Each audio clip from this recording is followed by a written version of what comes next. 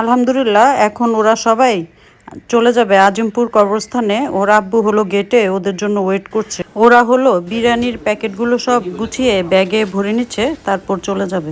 এক ব্যাগে না হইলে দুই ব্যাগে নাও, আবার ভাঙিয়ে যায় নাকি।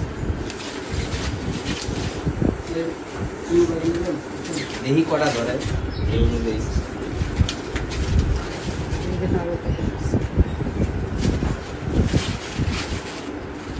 এইটা এই করতেছে 22 টাকা পুষ্টা থাকে এটা ট্রেনে গেছি তাহলে এক ব্যাগে না না আজ হলো আমার শাশুড়ি মা মানে রিদারিদির দাদুর 17তম মৃত্যুবার্ষিকী। সবাই দোয়া করবেন আমার শাশুড়ি মার জন্য, আল্লাহ যেন ওনাকে বেহেশত নসিব করে। তো ওরা সবাই হলো চলে যাচ্ছে, এখন কবরস্থানে যাবে। আর ওখানে আমার ভাসুর দেবর ওনারাও আসবে। তো শাশুড়ি মার জন্য কবরস্থানে দোয়া করা হবে, তারপরে বিরিয়ানির প্যাকেটগুলো গরিবদের মাঝে বিলিয়ে দেওয়া হবে।